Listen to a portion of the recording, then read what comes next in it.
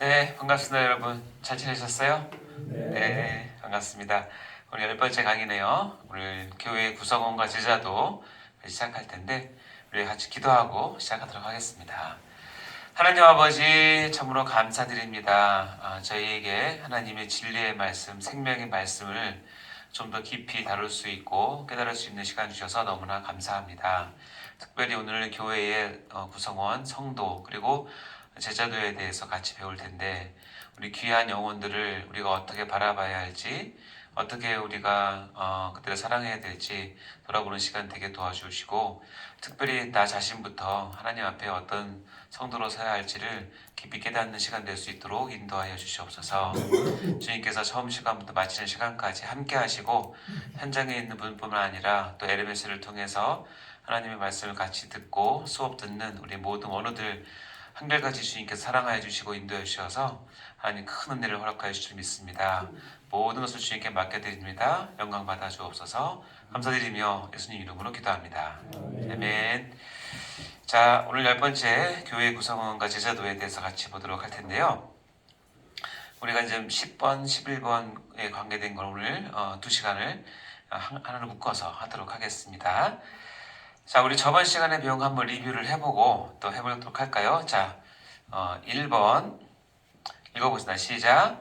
교회는 하나님에 의해 택함받은 사람들의 모임이며 이는 예수 그리스도를 머리로 한 그의 몸이고 우리는 그의 몸의 지체로 유기적인 연합관계에 있다. 즉 지체는 몸을 위해 존재하고 몸은 가장 약한 지체를 돌봐야 한다. 그렇죠? 교회에 대한 중요한 개념 정리가 되는 내용입니다. 이게 또 화면이 끊어졌다가 왔네요. 자, 두 번째 읽어보겠습니다. 시작. 교회는 각자 자신의 기대를 가지고 활동하는 곳이 아니라 교회의 주인이신 예수님의 기대에 맞춰 우리가 활동해야 하는 것이다. 네. 예수님의 기대가 교회에 있다는 사실, 교회의 주인이신 그분의 기대가 있다는 사실을 꼭 기억하셔야 되고요. 특별히 교회를 이제 섬기는 우리들에게 있어서는 이 부분을 잊지 않아야 합니다. 자, 3번 읽어보겠습니다. 시작. 주님의 기대에 맞는 교회 활동의 핵심을 위해서는 제자 훈련과 이를 통한 소그룹이 반드시 필요하며 이는 교회의 부흥의 가장 중요한 두 날개이다. 이런 그 주님의 기대에 맞는 교회 활동을 위해서 여러 가지가 있겠지만 특별히 제자 훈련과 소그룹 활동 중요한 부흥의 두 날개라는 것 꼭 기억하시기 바랍니다. 자, 우리가 이제 전체적인 그 교리의 흐름 7개 주제 가운데 6번째 교회론 하고 있는 중입니다. 전반적인 그림에서 우리가 어디 있는지를 아는 것 중요하겠죠. 자, 그래서 오늘 그 10번째 교회 구성원과 제자도라는 제목으로 우리 같이 수업하도록 하겠습니다. 계속 나오는 슬라이드이긴 하죠. 교회에 대한 바른 이해는 바른 신앙생활과 밀접한 불가분의 관계다. 또 하나님에 대한 바른 이해는 바른 신앙과 밀접한 관계다. 이게 서로 연관됐다고 보시면 됩니다. 그러니까 하나님에 대한 바른 이해는 바른 신앙과 연관되어 있고 교회에 대한 바른 이해는 바른 신앙생활과 연관이 되어 있으니까 그리고 하나님은 교회를 통해서 일을 하시기 때문에 우리가 바른 신앙을 가져야 바른 신앙생활을 할 수 있는 것과 연관이 되어 있는 것이죠.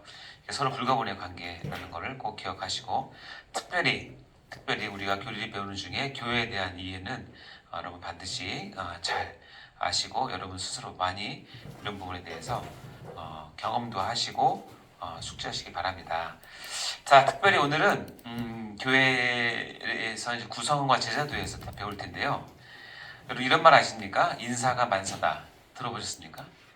네. 특히 이제 사회 활동을 많이 하시는 분들은 이 말이 정말 많이 와닿죠. 인사가 만사다. 정말 밑에 읽어보면 좋은 인재를 잘 뽑아서 적재적소에 잘 배치하는 것이 모든 일을 잘 풀리게 하고 순리대로 돌아가게 한다는 의미이다. 그런 의미입니다.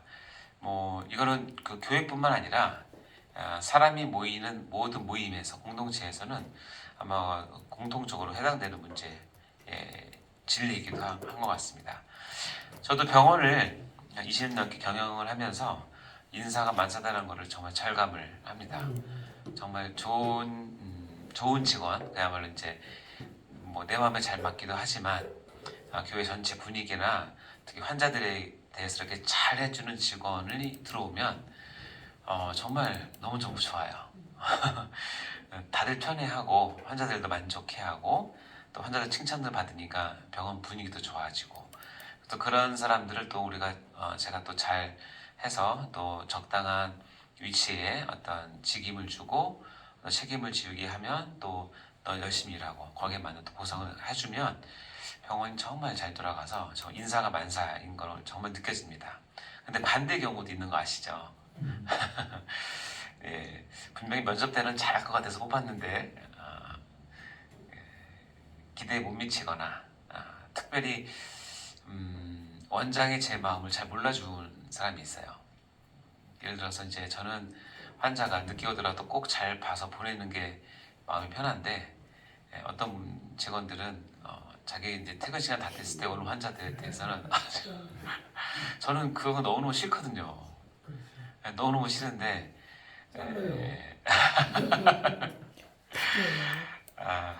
참 자르기도 요즘 쉽지 않습니다. 근데 그런 모습을 볼 때, 그러니까 그 병원의 원장인 제 어떤 방침과 어긋나는 행동들을 자꾸 할 때는 정말 그 보기가 너무 힘든 것 같아요. 그래서 좋은 인재가 우리 병원에 오는 것도 중요하지만 여러분 교회가 제가 처음에 강조했지만 교회의 가장 중요한 강조점은 제가 뭐라고 했냐면 공동체라고 했어요. 그러니까 사람이 모이는 것이고 혼자 있는 게 아니라 복수기 때문에 결국 여기에는 공동체이기 때문에 어떤 조직이 있고 흐름이 있고 또 행정도 있을 수 있고요. 따라서 이 인사가 만사라는 거 하는 것은 성경 구절은 아니지만 교회를 운영함에 있어서는 정말 절실히 느끼는 부분이기도 합니다. 그래서 오늘 배우는 건 뭐냐면 우리가 세상 회사나 뭐 이런 데서 조직체에서 인사를 어떻게 하는지 그런 걸 배우는 건 아니고 교회라는 것은 물론 공동체이긴 하지만 특별하잖아요. 하나님의 성도들, 백성들이고 또 구원받은 사람들이 와서 이것도 주인으로 고백하는 자들이 와서 모이는 거기 때문에 여기에서는 과연 우리가 그 사람들을 어떻게 볼 것인가에 대해서 배우는 것이 오늘 시간의 목적입니다. 그래서 어쨌든 여러분 교회를 잘 맡아서 섬기면서 좋은 동역자, 좋은 사람들 잘 많이 만나셔서 정말 큰일 하시길 바랍니다.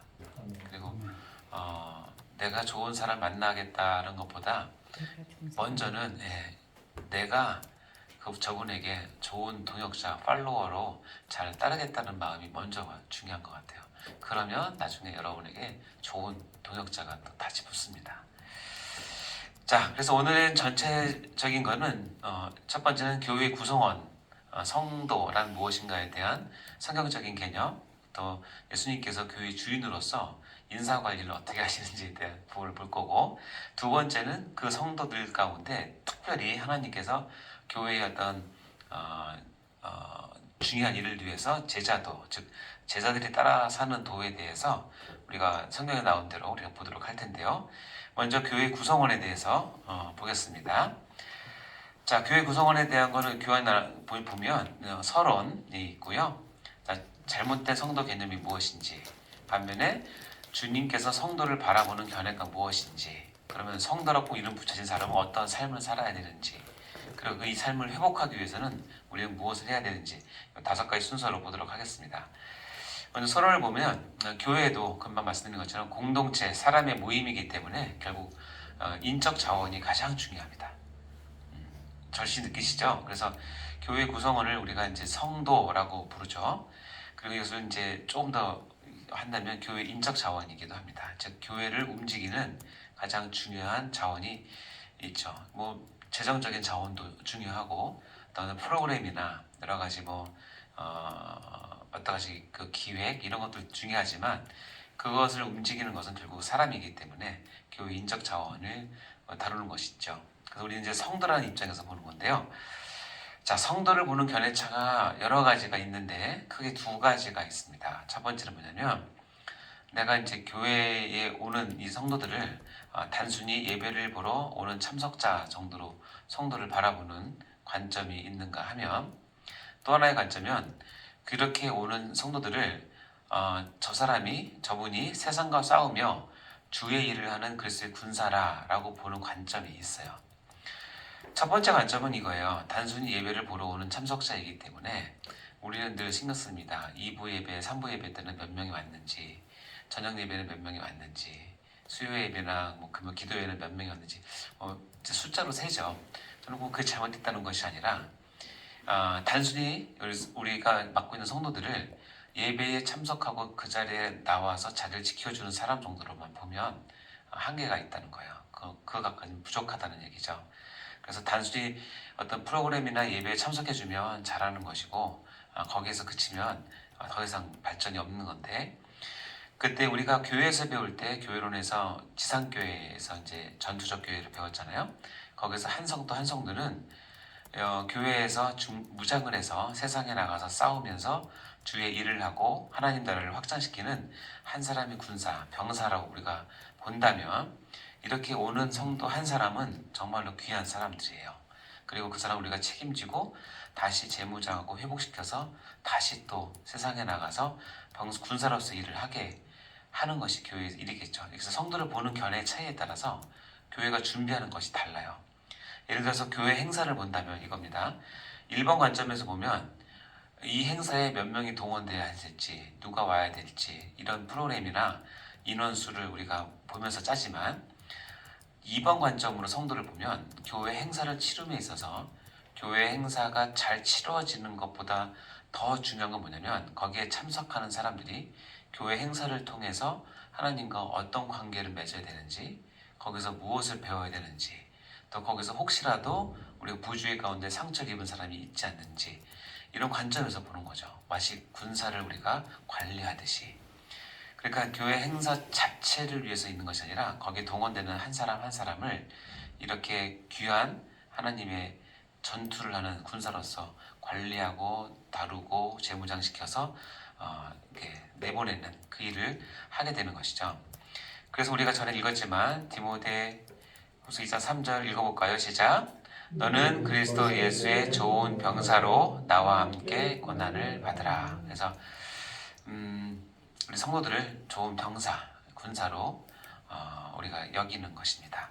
그리고 나와 함께 고난을 받자라고 같이 성도로서의 역할을 다하는 것이죠.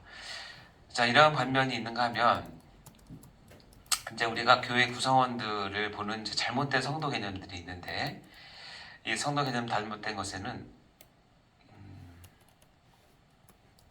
됐습니까?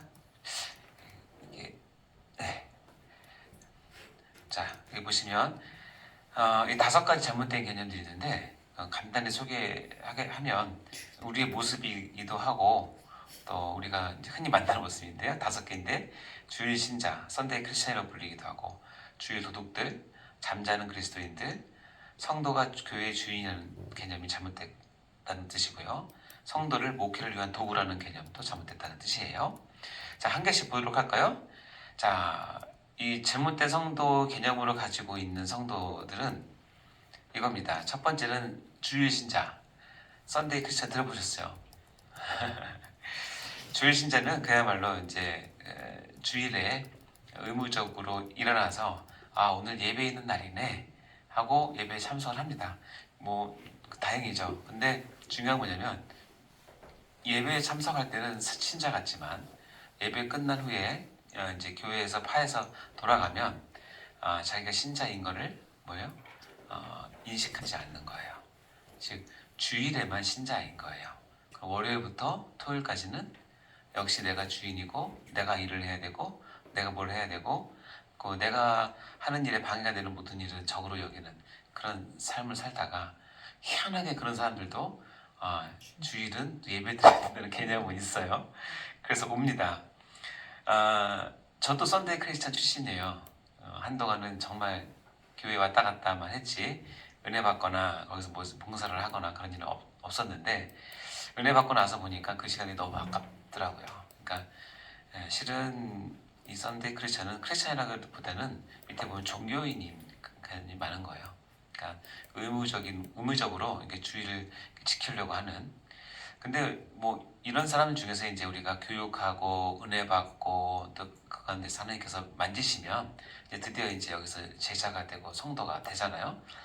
근데 전반적으로 보면 우리 성도들 가운데 한 1000명 나오면 1000명 성도가 있다면 썬데이 크리스찬이 한 몇 프로 될까요? 여러분 생각 몇 프로 될 것 같아요? 물론 이거는 뭐 어디 나온 건 아니에요. 나온 건 아닌데 그냥 제 느낌상 한 50% 이상은 충분히 넘는 것 같고 교회마다 다르겠지만 70% 이상 되는 경우도 많아요. 그냥 나오는 거예요. 예, 그냥 나오는 거. 그래서 이런 선데이 크리스찬은 절대로 제대로 된 성도 개념은 아니라는 거죠.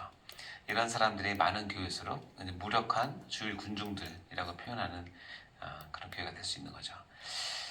자, 두 번째 잘못된 성도 개념 가운데 이 주일 도둑들이라는 말을 제가 붙였는데 뭐, 신학적인 말은 아니에요. 그냥 제가 붙여봤는데 이 내용은 뭐냐면 교회와 주일을 그리고 성도들을 이용해서 자기 이익을 챙기려고 하는 사람들이 교회에 많이 있다는 거예요. 이런 사람들은 아까 썬데이 크리스찬보다는 좀 더 적극적이에요. 그리고 좀 더 활기차고 좀 더 밝습니다. 왜냐하면 영업을 해야 되니까. 그렇죠?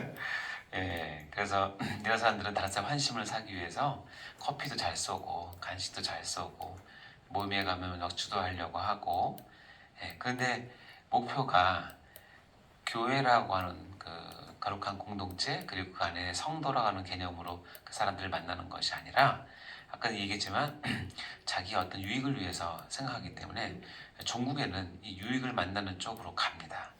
그리고 이런 사람들은 주로는 이제 좀 더 사람들이 많은 곳을 더 선호하게 되고 이런 사람들이 아무리 열심히 드러난다고 하더라도 자기 계산에 야 이제 나에게 여기서 더 이상 내가 어떤 비즈니스가 안 된다 이익이 안 된다라고 하면 정말 뒤도 안 돌아보고 떠날 사람들이 많다는 거예요. 그리고 나갈 때는 상당히 분란을 일으켜 나갈 수도 있어요. 왜 이런 사람들이 교회에 많은가? 그건 저는 잘 모르겠어요. 근데 교회 사람들 다 착하잖아요. 그리고 착하고 또 많이 이렇게 베푸니까 그런 것들 이용하는 것 같긴 한데 어쨌든 뭐 이렇게 왔더라도 혹시라도 이제 마음이 변하거나 은혜 받아서 변할 수도 있으니까 그런 기대를 해보는데요. 성경에 보면 이런 사람들은 많이 나옵니다. 자, 마태복음 21장 한번 읽어볼까요? 시작. 예수께서 성전에 들어가사 성전 안에서 매무하는 모든 사람들을 내쫓으시며 돈 바꾸는 사람들의 상과 비둘기 파는 사람들의 의자를 둘러보시고 그들에게 이르시되 기록된 바 내 집은 기도하는 집이라 일컬음을 받으리라 하였거늘 너희는 강도의 소굴을 만드는도다 하시니라. 여기 보면은 성전이라고 하는 것은 하나님 예수님 관점에서는 무엇이 되고 싶냐면 기도하는 집이 되고 싶어 하는 거야. 기도하는 집이라고 하는 것은 하나님과의 영적인 관계를 가지고 하나님은 그들을 축복하고 그들의 모든 상황을 듣고 그들을 위해서 은혜를 베풀고 또 그들을 통해서 하나님이 이들을 하는 그런 기도하는 집을 만들고 싶은데 저 여기에 보면은 일단은 사람들이 성전 안에서 매매를 하고 상과 비둘기를 파는 사람도 있었고 돈도 환전도 하고 전에 한번 제가 상황 설명을 한번 했었던 거 기억나시죠? 이것을 보면서 예수님은 뭐라고 했냐면 성전인데 한마디로 뭐라고 했냐면 강도의 소굴이라고 얘기를 하는 거예요. 성전인데 하나님을 예배하고 하나님과 만나고 기도해야 될 곳인데 지금 뭐예요? 이 경제적인 거 이득 때문에 강도가 득실득실한 소굴이 되어버렸다라고 판단하시는 거네요. 그러니까 교회에서도 마찬가지예요. 교회에서도 교회의 원래 모습이 거룩한 공동체로서의 모습이 있는데 그것을 무시하고 서로의 이익과 이런 일들이 엉키고 설켜가지고 있으면 하나님 보시기에는 교회보다는 강도 소굴로 보실 수 있다는 거죠. 이거는 역사적인 사실이고 지금도 있을 수 있다는 거예요. 하나님께서. 자, 또 하나 요한복음 12장 볼까요? 읽어보겠습니다. 시작. 제자 중 하나로서 예수를 잡아줄 가룟 유다가 말하되 이 향후를 어찌하여 300데나리온에 팔아 가난한 자들에게 주지 아니하였느냐 하니 이렇게 말하면 가난한 자들을 생각함이 아니요 그는 도둑이라 돈깨를 받고 거기 넣는 것을 훔쳐감이라. 같은 개념으로 보면 12사도 중에 지금 자기 유익 때문에 따라다니는 사람이 있다는 거 아니에요? 누구래요? 가룟 유다라고 얘기를 하는 거예요. 이에 이제 마리아가 향유를 300데나리온의 거금에 드는 향유를 지금 예수님의 머리와 발에 끼어서 부었는데 예수님이 이거를 너무너무 기뻐 받으셨잖아요. 이유는 뭐냐면 이 마리아가 나의 장례를 준비한다고 나중에 얘기를 해요. 그런 영적인 의미로, 그리고 정말 예수를 사랑하는 의미로. 300데나리온이 얼마인 줄 아시죠? 1년치 연봉이에요. 왜냐하면 1데나리온은 숙련된 노동자의 하루치 월급이니까 300데나리온이니까 주일 빼고 300일 일하면 1년치 월급이잖아요. 1년치 월급에 향유를 딱 깨서 드렸는데 많은 사람이 놀랐겠죠. 예수님도 기뻤겠죠. 근데 참 유독 재밌는 건 뭐냐면 계산에 빠른 가룟 유다는 그것을 딱 보는 순간에 얼마치는 아는 거예요. 대단하지 않습니까? 그러니까 항상 가룟 유다는 12 제자와 함께 예수님을 다니면서 모든 걸 무슨 관점으로 보냐, 돈이 관점으로 보는 게 익숙해지는 거예요. 한눈에 척하면 아는 거예요. 그러니까 이 가룟 유다가 딱 보니까 이게 엄청난 향유인데 300데나리온쯤 될 것 같아. 1년치 연봉이면 크잖아요. 그러면서 이제 속셈은 뭐냐면, 가룟 유다의 속셈은 뭐냐면, 저 300데나리온을 만약에 우리한테 헌금을 했으면 이 가룟 유다가 회개를 맡았거든요. 이 12 제자들 회개를 맡았기 때문에, 야, 내가 저기서 못해도 20-30%는 삥 깔 수 있었는데 아깝다. 이거 아깝다요. 정확히 얘기하면. 근데 말은 어떻게 해요? 야, 너 그거 300데나리온 팔아 가난한 자들에게 주지 않느냐.